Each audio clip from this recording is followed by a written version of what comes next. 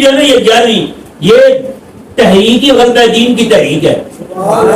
ہم نے صرف اس کو کھیر تک محدود کر رکھا ہے.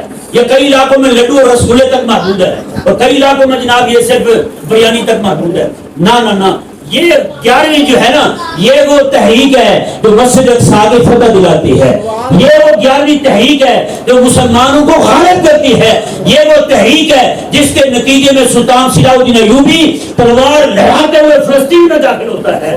اس کا مطلب یہ ہے آج 11ویں تو ہو رہی ہے لیکن 11ویں کے نتیجے میں صلاح الدین ایوبی نظر نہیں آ رہا. 11ویں تو ہو رہی نور الدین زنگی نظر نہیں آ رہا. اس کا مطلب یہ ہے 11ویں پھر کھیر تک ہی محدود ہو گئی ہے. نہ 11ویں تو نے ایک بار کھائی ہوتی نا. سلطان صلاح الدین ایوبی رحمہ اللہ جو ہیں ان کے ابا حضرت نجم الدین ایوب رحمہ اللہ یہ لے گئے حضور غوث پاک کے پاس جا کے کہتے ہیں حضور اس کے لیے دعا کریں. حضرت غوث پاک رضی اللہ عنہ نے ایسے دیکھا سلطان صلاح الدین ایوبی رحمہ اللہ کو.